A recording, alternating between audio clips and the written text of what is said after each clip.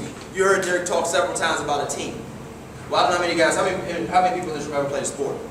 Played a sport, any type of sport, any type of sport. Well, you ever found that the team that wasn't loyal to each other didn't tend to do very well, right? The team that was loyal to each other tended to do well. Any person who's successful has a group of successful people around him. That's the bottom line. He just stepped out of the room. I was getting ready to mess with Robin Hood, but he just stepped out of the room. I met Robin Hood for the first time. Yeah, we call him Robin Hood, all right? I mean, don't judge it, all right? We call him Robin Hood. But I tell you, when I met Robin Hood, you know, we had heard about each other for years, but we had never met. And so when we finally got a chance to shake hands, he said to me, he said, "Yeah, man, I heard you trying to take my place." And I said, "Let me tell you something, Robin Hood. I can't do what you do. I can't do what you do.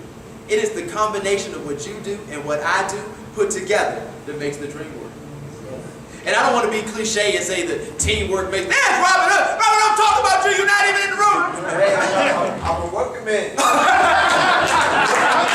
You're always on the move. And I said, you know what? I'm just thankful to have people like him on our team. But the bottom line is that we all have to be loyal to each other. We have to respect each other's strengths, not disrespect each other's weaknesses, and work to make each other better and build units of people that can accomplish powerful things. People who are ultimately successful are people who function in units. You know, Mitch made the reference to Oprah Winfrey, and it was like I was there. You know, I was so excited when they engaged with each other for the first time. But the biggest thing I took away from the time that he spent with Oprah was he said, man, her system and her team is impeccable. It's not about Oprah. It's about the team. And it's about showing loyalty to the team and showing relationship with the team to grow the team to that level. So when we talk about this conference being the Creative Minds Meet conference, it's because we're not done building our team. We're not done building our team. There are a lot more pieces of this puzzle that need to be put together. But I can tell you, Derrick and I share one final thing in common, and that's a big vision. And that's a big vision. And I believe that with humility, with loyalty, and a big vision, there's nothing you can't accomplish. Nothing you can't accomplish. So you got all this great stuff. For those of you that have been here since the time that the seminar started today, here's my question to you before we get some entertainment and take a break.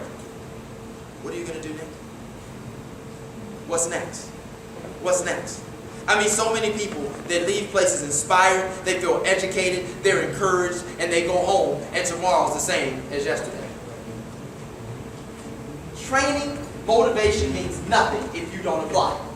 You heard every last person who spoke. I don't know if you paid attention to it or not, but they all said the same word at one time during all their speeches, and it wasn't planned, it just happened. They said action. It's a showbiz seminar. I guess action's an appropriate word, right? Can you imagine a movie that never said action? Imagine that. All right. Sound speed.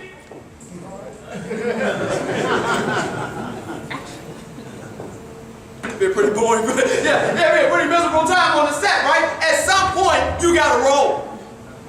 At some point, you gotta go. It's all the planning, the rehearsals, the preparations. You can do that all day, all night until you turn blue in the face. But at some point, you just gotta get down to it and do it. Yeah. So that's why you gotta ask yourself, what's next now? What am I gonna do? What am I gonna do? I got a vision, I got motivation, I'm inspired. I hear stories of people who started at the bottom, now they're here. What am I gonna do to get closer to my dreams? What am I gonna do to get closer to my true aspirations? You could be a millionaire in this room. You want to be worth $5 million if you're a millionaire. You might be worth $5 million. You want to be worth $10 million in this room. Everybody's got aspirations. Bill Gates wakes up in the morning with aspiration. He wakes up in the morning fired up. Donald Trump wakes up in the morning fired up. Don't think that you can't have dreams because you've accomplished your old ones.